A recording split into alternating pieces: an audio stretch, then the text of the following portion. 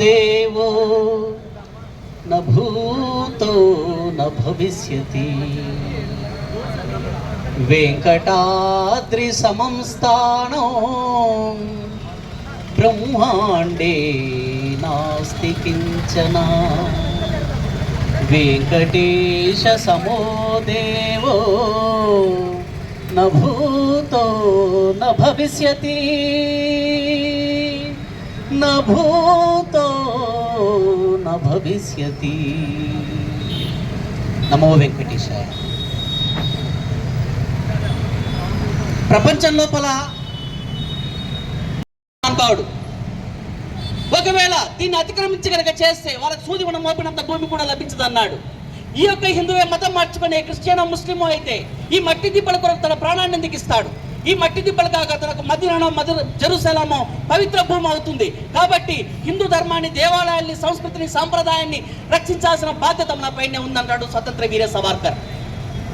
కాబట్టి నాడు పరిస్థితి ఏంది?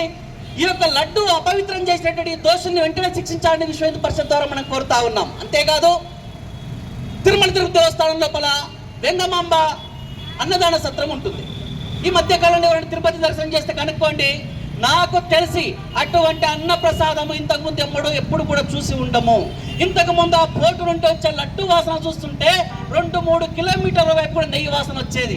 ఈనాడు లడ్డు పోటు దగ్గరికి వెళ్ళి ముక్కులు పుటాలు పిచ్చి చూసినా కూడా కనీసం వాసన రావట్లేదంటే లడ్డుని ఎంత కల్తీ చేశారు, హిందువుల మనోభావాలను ఎంత నొప్పించారు ఒక్కసారి ఆలోచన చేసుకోండి సోదరులారా. అంతేకాదు వెంగమాంబ అన్నదాన సత్రం లోపల దూరం నుండి వస్తున్నా కూడా మంచిగా మనకు సాంబార్ వాసన వచ్చేది. అటువంటిది కూడా క్షీణింపజేసి అన్నాన్ని ముతక బియ్యం తీసుకొచ్చి పనికి మాలినట్టు బియ్యాన్ని అన్నంగా వండి భక్తులకు ఇస్తున్నారు. అర్ధాకలితో భక్తులు భోజనాలు చేస్తా ఉన్నారు అక్కడ. దీని అర్థమైంది, తిరుమల తిరుపతి దేవస్థానానికి ఎవరు రాకుండా చేయాలి, భక్తుల తాకిని తగ్గించాలి, ఈ విధంగా వెంకటేశ్వర స్వామి భక్తి పోగొట్టాలి, హిందూ మతాన్ని కూడా సర్వనాశనం చేయాలని చెప్పి ఒక సూత్రాన్ని, ఒక సిద్ధాంతాన్ని, ఒక నియమాన్ని పెట్టుకొని చాప కింద నీరులాగా దాడి చేస్తుంటే హిందూ సమాజం చూస్తూ ఊరుకుండదు.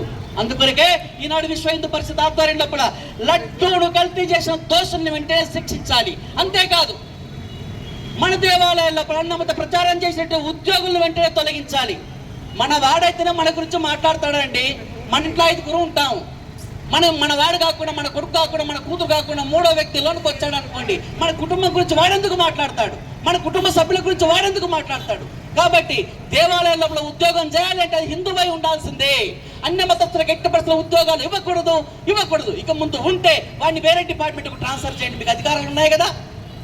ఎందుకు? Animal husbandry, health department, revenue department, Panchayati Raj department తోలండి బయటికి. నేను వస్తున్నాను భక్తునిగా, నన్ను కాపాడే ఉద్దేశం ఎదుటి ఉద్యోగికి ఉండాలి. అటువంటి ఉద్యోగులే ఈనాడు దేవాలయ శాఖలో ఉండాలి. లేకపోతే మిగతా తీసేయాల్సిన అవసరం ఈనాడు ప్రభుత్వం పైన ఉన్నదని చెప్పి విశ్వ హిందూ పరిషత్ ఆధ్వర్యంలో మనం డిమాండ్ చేస్తా ఉన్నాం. అంతేకాదు దేవాదాయ ధర్మాదాయ శాఖ పేరుకు మాత్రం అద్భుతంగా ఉన్నది. ఏమంటుంది? దేవ ఆదాయం, దేవుడి నుండి వచ్చే ఆదాయం తిందాం. ధర్మాదాయ, ధర్మం నుండి వచ్చే ఆదాయము, ధర్మాత్మ నుండి వచ్చే ఆదాయం తిందాం. పెట్టుకున్న ఎండోమెంట్ పేరు మీద ఒక ఇంగ్లీష్ పేరు. ఏం జరుగుతుంది మీకు?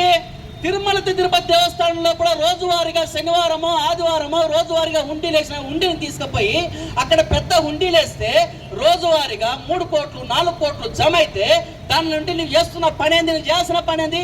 గోరక్షణ చేయి, అటవీ రక్షణ చేయి, శేషాచలం అడవుల్ని కాపాడు, అక్కడ ఉన్న జంతువుల్ని కాపాడు, మానవాల్ని కాపాడు, పశు వైద్యం చేయి, మనిషి వైద్యం చేయి, అన్ని కార్యక్రమాలు చేయి. కానీ నువ్వేం చేస్తున్నావు? భవనాలు కడుతున్నావు, లెట్రిన్లు కడుతున్నావు, మరుగుదొడ్లు కడుతున్నావు, మురికి నీరు కడుతున్నావు, వాడలు కడుతున్నావు. ఎవరొప్ప సొత్తు? నువ్వు కట్టేది ఉంటే తిరుమల తిరుపతి దేవస్థానం డబ్బులు తప్పించి ట్యాక్సుల ద్వారా వసూలు చేసినట్టు ఏవైతే డబ్బులు ఉన్నాయో దాని ద్వారా నువ్వు డెవలప్మెంట్ మేము కాదాం. మేము వేసిన ప్రతి రూపాయి కూడా నా ధర్మ రక్షణ కొరకు, నా దేవాలయ సంరక్షణ కొరకు, నా సంస్కృతి రక్షణ కొరకు ఖర్చు చేయాలి తప్ప నా యొక్క నయా పైసా కూడా వేరే విషయాలు ఖర్చు చేయకూడదని ఈనాడు విశ్వ హిందూ పరిషత్ ద్వారా డిమాండ్ చేస్తున్నాం.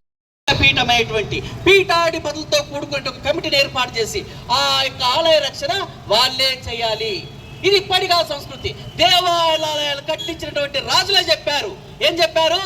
ఈ యొక్క దేవాలయం నేను కట్టిస్తున్నాను, దీని మీద ఆజమాయిషి మాత్రం రాజ్యాన్ని లేదు. ఎవరిదుంటది? పరమ పవిత్రమైన వేద కోసే వెల్లించేటువంటి పండితులకు ఉంటుంది అధికారం అని చెప్పి ఆనాడు రాజులు చెప్పారు. ఎంతటి దురదృష్టికర రాజులు వాళ్ళు. కాబట్టే వాళ్ళు ఇన్ని వేల దేవాలయాలు కట్టి సంరక్షించారు. కానీ ఈ పాలనాధికారులు ఏం చేస్తున్నారంటే పరిపాలన పేరు మీద దానికి ఒక పాలక మండలి అని పేరు పెట్టారు. ఏం పెట్టారు? తిరుమల తిరుపతి దేవస్థానం పాలక మండలి. ఎవడు పాలకుడు, ఎవడు పాలితుడు? సర్వంతర్యామి శ్రీ వెంకటేశ్వర స్వామియే పాలకుడు, ఎవరు కాదు. మనము పాలితులం, భక్తులం. మరి మీరెవరు? సీట్ల గుర్తు చేపల మార్కెట్కి వేలం వేసినట్టు మన వేలం వేశారే, లడ్డు పైన, వాణిజ్య కూడల పైన, ఇతర విషయాల పైన వాణిజ్య మొత్తం మీరు యాక్షన్ చేస్తారు. ఎట్లా చేస్తారు? చేపల మార్కెట్లో చేపలకు వేలం వేసినట్టు వేశారు. ఇది దేవుని కార్యక్రమం, ఆధ్యాత్మిక కార్యక్రమం. దాన్ని దృష్టిలో పెట్టుకొని మీరు ఆ పాలక మండలి సభ్యులకు ఉండాలి తప్ప రాజకీయాన్ని అడ్డంగా పెట్టుకొని దేవుణ్ణి బద్మాష్ చేసి, దేవుని అపవాదం చేసి, అపవిత్రం చేసి మీరు రాజ్యం మేలి అందులో భాగంగా లడ్డును కల్తీ చేస్తే ఆ దేవాది దేవుడైనటువంటి కలియుగ దేవ ప్రత్యక్షమైన శ్రీ వెంకటేశ్వర స్వామి ఊరుకుంటాడా? ఒక్కసారి ఊరుకోలేదు. 7 కొండలు కాదు 2 కొండలు అంటే ఏం జరిగిందో ప్రపంచానికి తెలుసు. 7 కొండలు కాదు 2 కొండలు అన్న వాడికి ఏం జరిగిందో తెలుసు. నిన్న మన లడ్డును కల్తీ చేసి తిరుమల తిరుపతి దేవస్థానం అపవిత్రం చేసి దారి పొడవున కొండ పొడవున శిల్వాకార స్తంభాలు పెట్టి ఇంత నాశనం చేసిన వ్యక్తికి ఏం చేశారు? 171 వస్తాయనుకుంటే 7 కొండలు కొట్టి మధ్య 7 లేపు పాడేశాడు. అర్థమేంటది మీకు అంతా కూడా? 171 వస్తాను 7 కొండలు తను లేకపోయాడు, 11 మిగిలింది. ఇదే జరుగుతుంది ఇప్పుడు కూడా. లడ్డును కల్తీ చేసిన జీవితానికి, నీ సంస్కృతికి ఇదే జరుగుతుంది.